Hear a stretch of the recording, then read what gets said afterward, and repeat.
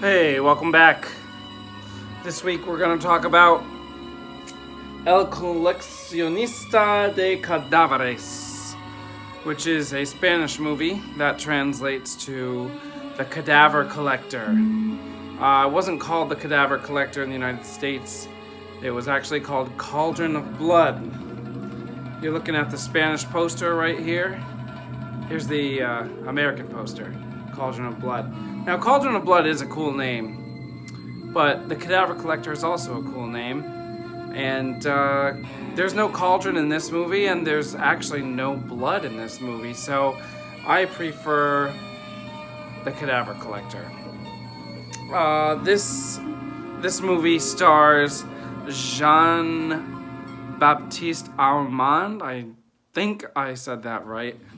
And that's a French actor. It also stars Boris Karloff, who is, of course, famous for Frankenstein, The Mummy, Black Cat, The Old Dark House, Black Sabbath.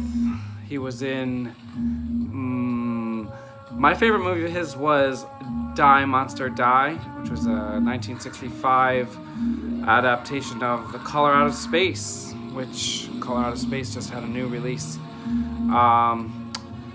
We've got Boris Karloff in this movie as a blind, crippled sculptor, as you can see here. And no, I don't think that's blood on his shirt. That is clay.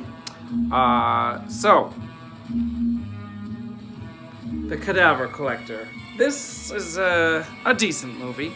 One of Boris Karloff's last movies ever.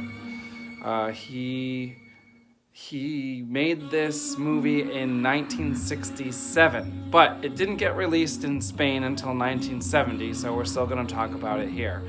By the time it was released, Boris Karloff had passed away. He did have a couple movies that he filmed in 1968 after this one.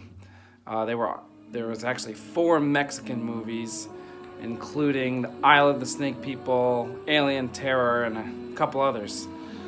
They were filmed partially, well, actually his parts were filmed in California, but the rest of those movies were Mexican.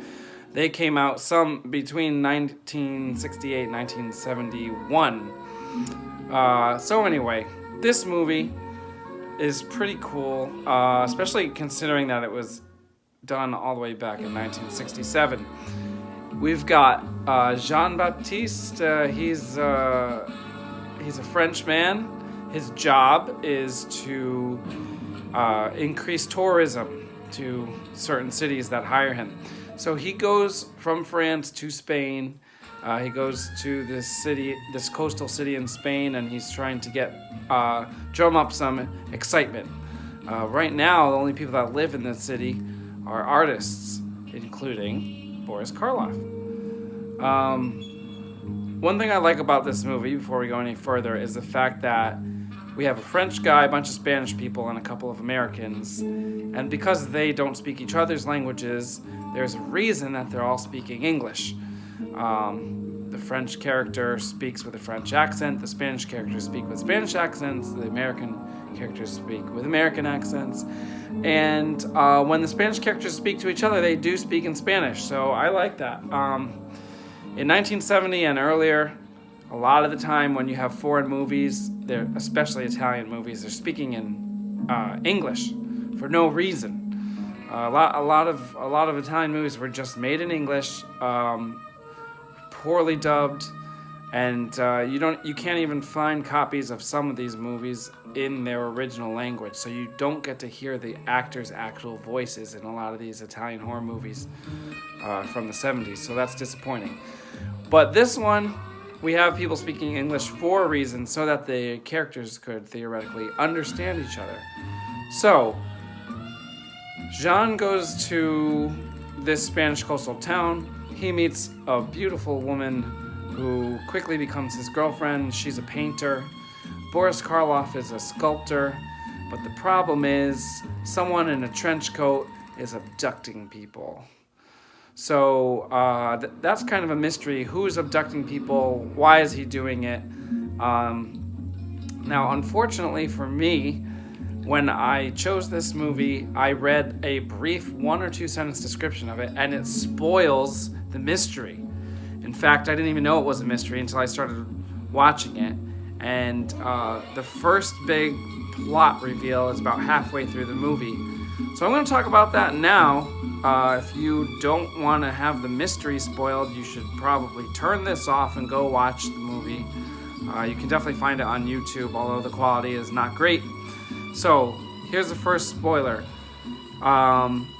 We find out that Boris Karloff's wife, who is much younger than he is, and that is not explained. She's also there in the poster. Okay, so what she is doing is she is having her actual lover abduct people, and then she takes the people and she dumps them in a vat of acid, and then she pulls the skeletons out and she gives the skeletons to her blind husband, and he uses them as armatures, as like a base to make sculptures out of, and then the two of them sell the sculptures for a lot of money. Now, Boris Karloff's character, whose name is Franz, does not know that his wife is giving him real human skeletons or that any murders are being committed. He's innocent in this. So that's kind of a cool premise. We don't find out that's happening till about halfway through. The movie has kind of a slight giallo feel, at least for the first half, because you don't really know what's going on, who's doing what or why. That kind of makes sense because even though giallos are typically Italian, some of them, including In the Folds of Flesh, which I talked about here on this channel, and which also featured vats of acid. That was actually an Italian-Spanish co-production. So I've seen a couple other giallos that were Spanish co-productions, and even one Spanish giallo slasher from the 80s that was quite good. But they're not afraid of the giallo. Okay, so there is some mystery in there. I kind of wish it wasn't ruined for me because I would have liked the movie. I would have enjoyed the movie a little bit more had I not known that. So hopefully it's not too spoiled for you. What happens later is that, of course, the main character's new girlfriend gets abducted, and she's probably going to be turned into a skeleton, except the main character has to come save her. And eventually, Boris Karloff discovers what his wife has been doing. It's also revealed that the wife is the one that blinded and crippled Boris Karloff, although we don't know exactly how or why. We do know that the wife had some kind of trauma as a child, because there's one crazy scene where she is dreaming, and in the dream, someone touches her shoulder, but their hand is a skeletal hand, and she is screaming in her sleep, and she is awoken or wakened up by what appears to be her servant, a Spanish woman, wakes her up, and the wife immediately wakes up and starts whipping the Spanish woman. That was a weird part, kind of amusing, kind of like funny by accident. She whips the Spanish woman, tells her to get out of there. So another funny thing, which was funny on purpose, was that there's a part where there's like a masquerade ball, and the lover of the wife actually goes and shows up to that dressed as a skeleton. I thought it was pretty funny since they're turning people into skeletons. I also want to point out that this is the third movie so far in 1970 where people are being dipped into vats of acid. We had In the Folds of Flesh, the Italian-Spanish giallo, where people are being dipped into vats of acid for basically no reason. It's just a bunch of incestuous family members that would capture people and put them in acid. We also had Scream and Scream Again, where Vincent Price was creating Frankenstein-like people, except they looked exactly like regular people, and then they were coming out wrong, so he would just throw them in vats of acid. Now, neither of those two movies featured any skeletal results, so that's kind of lame.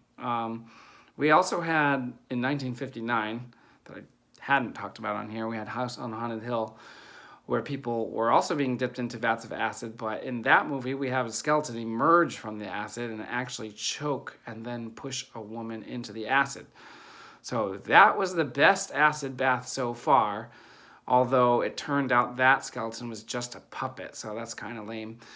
Here we have actual people being dipped into acid and having their skeletons retrieved from the acid, which is cooler than them just disappearing into it.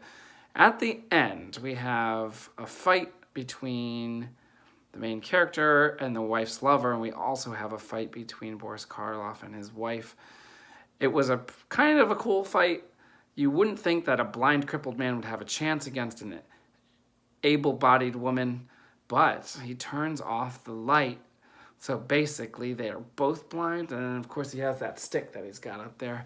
So he smacks her around with the stick, ends up dunking her hand in the acid, and it comes out, and she's got like a skeletal hand, and then the prophecy of her nightmare is fulfilled. So she's touched by the skeletal hand. Now she has the skeletal hand. She ends up dying.